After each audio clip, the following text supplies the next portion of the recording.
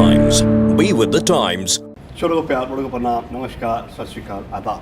What I really mean is love and blessings to the younger one and respect to all my elders. We're in Toronto, the director of Crown Group Hotels and Suites. Tell us about your childhood days, school, college, or the university. What were the dreams when you were a child? Well, born and bred here in Sydney, not far from this location actually, here in Strathfield.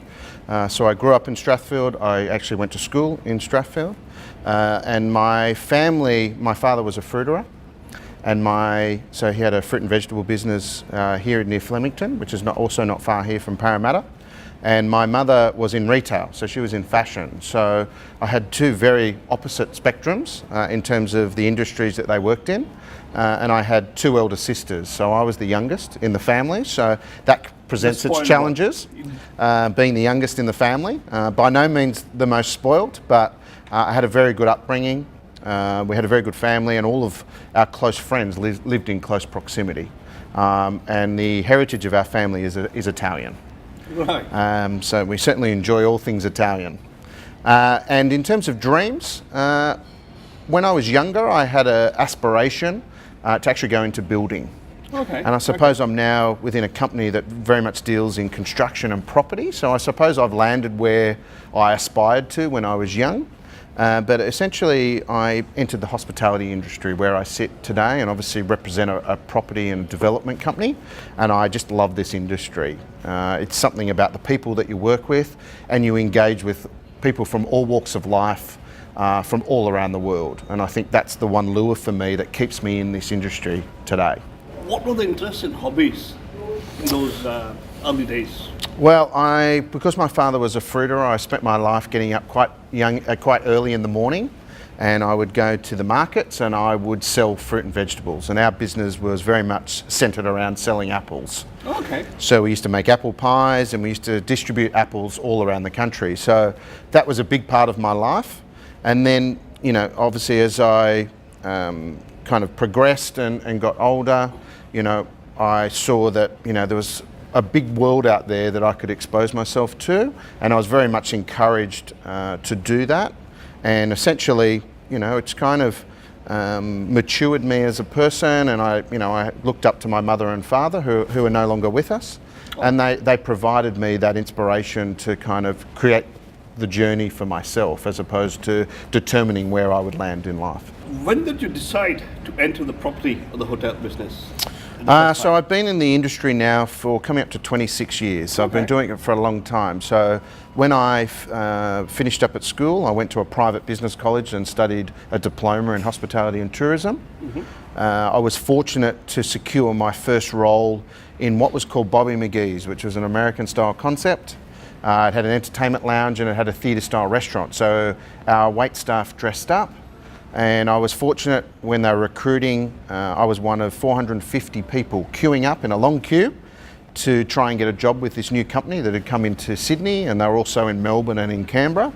And I was fortunate to be one of 6 chosen. So I suppose that determined my destiny.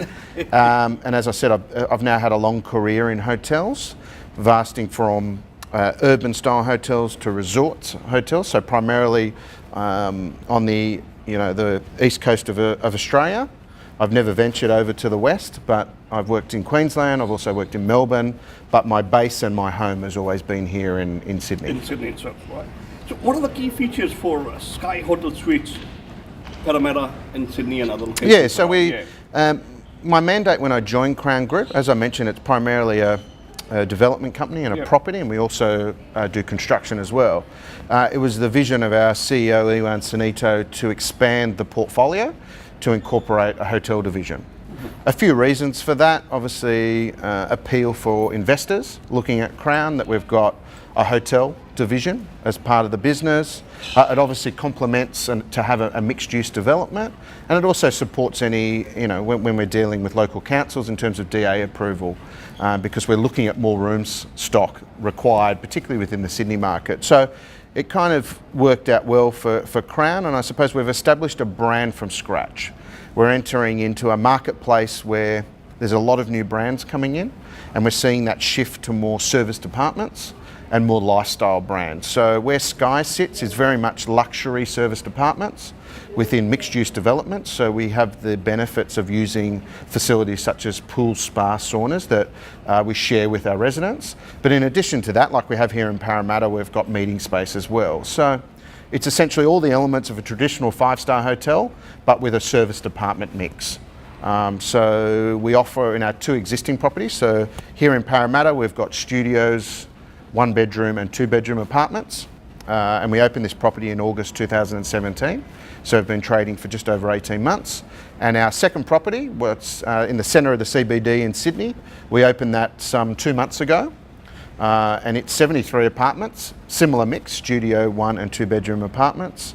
We don't have meeting facilities at that location, but we do have some great retail where we've got some high-end restaurants that's within the building, and both our residents and guests get access to those facilities. So, and then our third property will open mid-next year, and that will be in Green Square. So that'll be not too long. So that'll be a part of our Infinity development. So we foresee that as our real flagship property. Amazing architecture.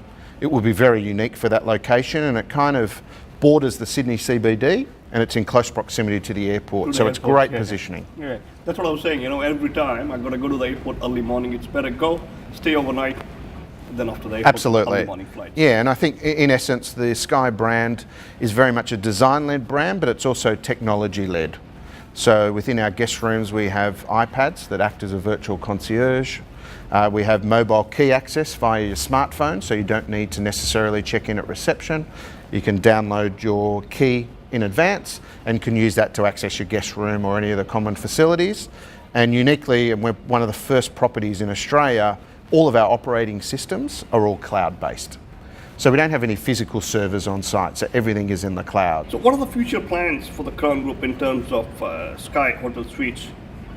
I think the Green Square we have already told. Anything in the near future? The intention is to establish the first 3 hotels. Right. So we've now operating 2. We have a third, as I mentioned, in Green Square. And then the vision for the group is to potentially pursue management agreements. Right. So for any new developers or new owners that are looking to enter into the hotel business, now that we have an established brand that's growing, we have some trading history, and we certainly thrive on quality and our technology, that we have a compelling offer to go to market with. We'll also look for opportunities with any of our future residential development. If there's an opportunity to have a hotel within and create a mixed-use environment like we have here, we'll certainly explore those options. But it's primarily a concentration on Australia, but there is an aspiration to take the brand globally. Lovely, lovely. So who was the guiding light and helped shaping your career? Yeah, I had a few. I've always had a few mentors throughout my career. The one person that stands out for me was during my time with the Skye Hotels. A gentleman by the name of Gar Simmons. He was my manager at 3 specific properties. I subsequently followed him as he moved hotels. We had a great level of respect for each other. He would always guide me and direct me, provided me with a lot of insights into the industry, and would always challenge me to be a better leader and a better person. And I give him full credit for where I am in the industry today through his support, both professionally and also on a personal level. And we're still great friends today. He now is Chief Operating Officer for Skye Hotels in Asia. Okay. So he's certainly progressed. And he's continued to reach out and always acknowledges when I move into a new business or I get a promotion, and and that friendship has kind of prospered over a long period of time. So I owe him a lot. Wonderful, wonderful. So what motivated you to choose the profession you are in? I saw it as very much a people environment. I love interacting with people. I love meeting people from different parts of the world, and the most important thing for me, it's a team environment. Yeah. And the one thing when I'm asked about hotels that I love about this industry is not only the fact that I meet new people, but I also get to lead an amazing group of people. And I always look, when I'm recruiting for a new hotel or bringing a new staff member in, I'm always looking for someone that's as passionate about hospitality as I am and see it as a career. And I think, unfortunately, our industry sometimes has a perception that it's just about making a bed, it's just about serving coffee at breakfast. But there's so many more layers within our industry that we're building that level of prestige about the hospitality industry, and in particular hotels. They're in high demand, not only here in Sydney, but across Australia and international. And it's what people do during their downtime. They look to have a short break, they look to go away during their holidays. And we're here to service those people during their downtime. And I think for us, that gives us a bit of a thrill to see guests leaving our building satisfied that they've spent their hard-earned money within our facility, and we've provided them with a great level of service and a great hotel experience. So, Did you have to face any struggles at all? I think it's being patient within our industry. You know, senior leadership roles are not readily available, and it's a case of waiting your time for the right opportunity to come up. And I mentioned my mentor, Garth, and there were some opportunities during my time working for him that I felt I was in line for and I was ready for. And for some reason, he would hold me back from those positions. And I think I used to always ask him, why aren't you putting me forward for this role? And he said, well, you're not quite ready. You need to have better all-rounded skills, and I'm slowly bringing you to a level where you're close, but you're not quite there. And when that next opportunity comes up, I'll make sure that you're 110% ready to take that career progression. And I must say, in hindsight, I now understand why he was holding me back, because it put me in a better position to be a better leader within the industry. And also, I now adopt that same style when I'm managing people that work for me. Oh, so he's nurtured you well. He's nurtured you. Absolutely. So what are the success mantras in life? For me, I live in terms of our people and how I coach them, I always ask them to do the right thing by the guest. You know, we're in an environment where our guests that are staying in our hotels have an expectation that we make decisions on the spot. They don't want, if it's something they're asking a question about or a query, they don't want it referred to a manager. They want someone who's autonomous, who is confident enough to make a decision for them on the spot rather than referring it to someone else. So I say to them, what is the right thing to do for the guest? And secondly, I give you full autonomy to make a decision as long as you're making that decision for all the right reasons. And if perhaps you don't make the right decision, we'll talk about it afterwards, and we'll give you some coaching as to what would have been the right decision to make in that scenario. What do you think is the future for the hospitality industries in Australia? Yeah, it's an interesting one, the future. I kind of see that, you know, we've got some challenges around talent and securing good talent within our country. The industry is growing at a rapid rate, and that middle management level is hard, it's getting harder to fill positions. I think from a skills perspective, we need to ensure that students coming out of school see this industry as prestigious and something that has career opportunity. I also see scope for certainly more lifestyle brands coming in, and I mentioned that earlier. We're seeing an explosion of lifestyle brands. So the traditional hotels have a place within the industry, but I see more boutique style brands that are a little bit creative, somewhat more quirky, very much looking for that technology and the comforts of what you'd have at home as kind of the next evolution for our industry. We're seeing it a little at the moment, but I see that growing exponentially over the next 5 years. So, Looks forward to that. So what's your advice to all the youngsters who want to enter this profession? I've mentioned patience. I think once you've undertaken some study, you've got to be willing to learn all the various departments within a hotel. Because if your aspiration is to be a general manager of a hotel, you need to understand finance, you need to understand front desk operations, you need to understand food and beverage. There's finance, there's housekeeping, there's so many various divisions that make up a hotel that you want to get exposure in each of those departments. And I mentioned earlier that my mentor was holding me back, and it was because I didn't have exposure in all of those departments. And it wasn't until I worked in those departments did I get a better understanding of how they operate and what they do and how they support the overall function of a hotel. So It's an industry that's growing. More and more jobs are going to be available within hospitality, and it's the case right now. And it's a very rewarding industry. And you get a lot of satisfaction out of working in hospitality and making guests smile. And demanding as well. And demanding, but I think any role, any industry is demanding. Hospitality is no different. The challenge that we have is that we're probably the most scrutinised industry in the world. A thing called TripAdvisor, where guests provide a review and the good experience and the bad experiences and the indifferent experiences. So I think as an industry, we're more aware, and I think we've improved our service a lot, particularly within Australia, and it's something that I asked the team to focus on. And the one key area that we focus on as a brand for Skye is that not only is your first impression important, your farewell impression should be just as good as when you arrived in the hotel. So once a guest has checked out, they've issued their credit card, you've done that final transaction, make sure their farewell experience is just as positive as when they arrived at the hotel. I agree. I think along with the exposure to different fields, it is the passion towards the profession that would make one successful. Absolutely. And this, I agree. in any field. Before we wrap up,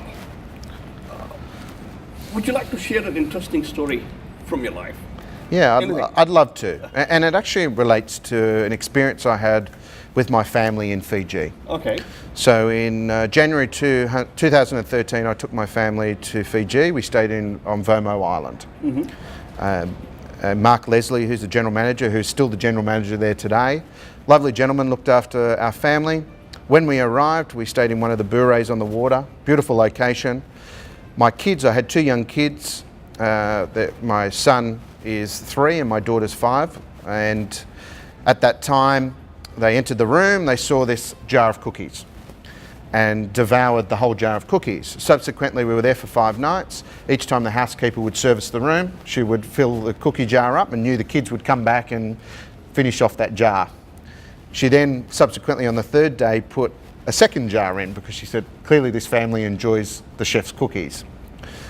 When we departed the island, and I must say, Mark and his team were incredibly engaging during our time on Vomo. And we got to know all of the management team. And when we left the island in traditional Fijian farewell, they came down to the beachfront when we were boarding the boat and did the traditional farewell. And as we were about to depart, we heard a voice from afar.